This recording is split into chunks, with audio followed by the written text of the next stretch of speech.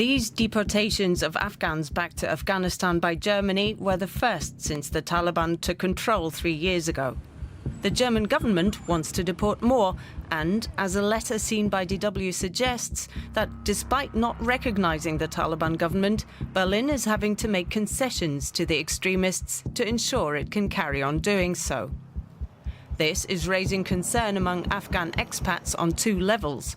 One, that the German government could be negotiating more closely with the Islamist rulers of Afghanistan than it admits, and 2, that the Taliban are calling the shots now on just who represents Afghanistan in Germany.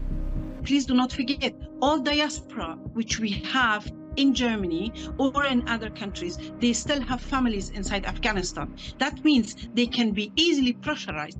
Their voices will be affected and they will not feel safe here. And I don't think that that is something that Germany or other countries want.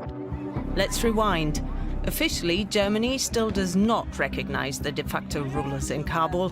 Berlin broke off diplomatic relations with Kabul after the Taliban seized power in Afghanistan in August 2021. But the country's 3 representations in Germany remained operational, with pre-Taliban staff and the pre-Taliban flag, the flag of the Islamic Republic of Afghanistan. Afghan ambassadors in Europe are often fierce critics of the Taliban. For the last 3 years, these missions have operated independently of Kabul, meaning no contact or reports back to Kabul, a highly unusual situation in the diplomatic world. The embassies have financed themselves by renewing passports, issuing birth certificates and providing other vital services for the roughly 500,000 or so Afghans living in Germany, Europe's largest diaspora. And up to this year, the Taliban tolerated it. In July, they issued a statement, though, signaling they would no longer recognize legal documents issued for Afghan nationals at many of the embassies and representations in Europe, including the Afghan embassy in Berlin. Only 5 missions in Europe would be, quote, allowed to continue their activities, as the Taliban told DW. آنها از افغانستان اطاعت دارند و آنها به نمایندگی افغانستان وجه فعالیت دارند.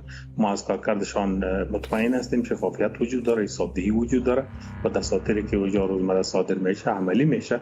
از او خاطر ما لازم دانستیم که 5 کشوری که استثناء داده شده در اسناد وزارت خارجه با آنها اجازه داده شد تا فعالیت‌های خود را پیش ببرند. در جرمنی فقط شهر مونشن است که اطاعت داره. هلند سفارت هلند فعال است، اسپانیا سفارت فعال است، بلغاریا و جمهوری چین. The move effectively has made the Afghan embassy in Berlin a lame duck overnight, potentially leaving Afghans who fled the Taliban dependent on the Taliban-approved Munich Consulate General for their papers and in fear for their safety. As this document shows, the German government has not objected. It says the German authorities are simply ready to consider ways that would allow for the satisfactory provision of consular services to Afghan nationals residing in Germany. It did, however, object to Taliban demands that the Munich mission extend consular services to Afghans residing outside Germany. Something else raising questions is the use of the stamp of the former German embassy in Kabul, an embassy that officially no longer functions. Da sind wir tatsächlich auch in Grauzonen. Das weiß ja auch jeder, dass nicht existent ist. Also ich denke, das sind Verschleierungsmaßnahmen. Und jetzt müsste man wissen, in welchem Kontext, mit welchen Vorgaben dieses Schreiben entstanden ist. Das wissen wir ja nicht. So why has Berlin seemingly accepted Taliban demands to censor Afghan diplomatic services in Germany? Critics say it's so Berlin meets the Taliban's legal requirements for more deportations back to Afghanistan, like the ones seen following the Solingen knife attack in August. Berlin stresses it isn't coordinating with the Taliban on deportations and relies on the help of key partners in the region, such as Qatar.